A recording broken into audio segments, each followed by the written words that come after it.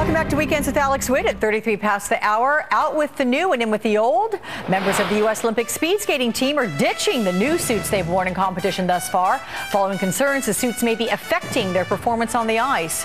Let me bring in Wall Street Journal reporter Sara Germano to talk about this. Sara, you wrote this article on the new suits that were only introduced last month, and after 6 events, no U.S. speed skater has medaled, including the world's top-ranked skaters, Shani Davis, Heather Richardson. So what is the big criticism the skaters have about these suits? Well, the main thing is that the suits were given to the athletes not too long before their Olympic competition.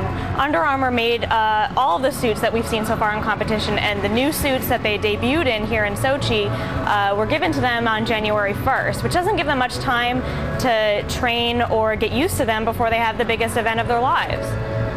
So why would they do that? You'd think that they would try this stuff out. I mean, when did they first know there was a problem here? Well, part of it is that, and the people we've spoken to for this story, which has been developing for a few days, say that there's this culture of suit watching in speed skating. A lot of rival teams and athletes from different countries will try to take a sneak peek at what the other teams are wearing, see if they have a faster suit. So the decision was made to actually keep the new suits under wraps until the Olympics, and hindsight's 2020, but it looks like they weren't really making the right choice to do that in Sochi.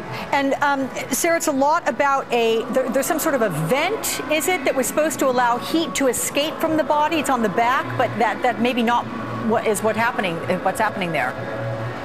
Right. It was designed, so the Under Armour made the suits, and they did it in collaboration with Lockheed Martin, and they tried to incorporate a lot of high-tech new features, including this ventilation panel on the back.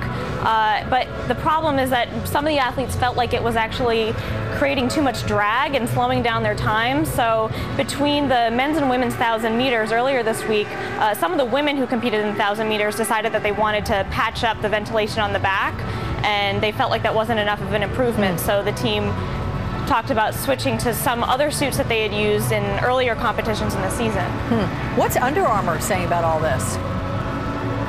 Under Armour is saying that, you know, they're provided all the suits to U.S. speed skating. They've been their official outfitter and partner since 2011, and they came to Sochi with 3 different models of Under Armour suits. Of course, they debuted in the first suit that was causing all of the controversies, called the Mach 39, but they also brought an earlier version that they used in some of their World Cup races in the fall, and so they were prepared to make a switch if they needed to, and that's just been the case over the last few days. They made that decision late last night, early this morning, Sochi time.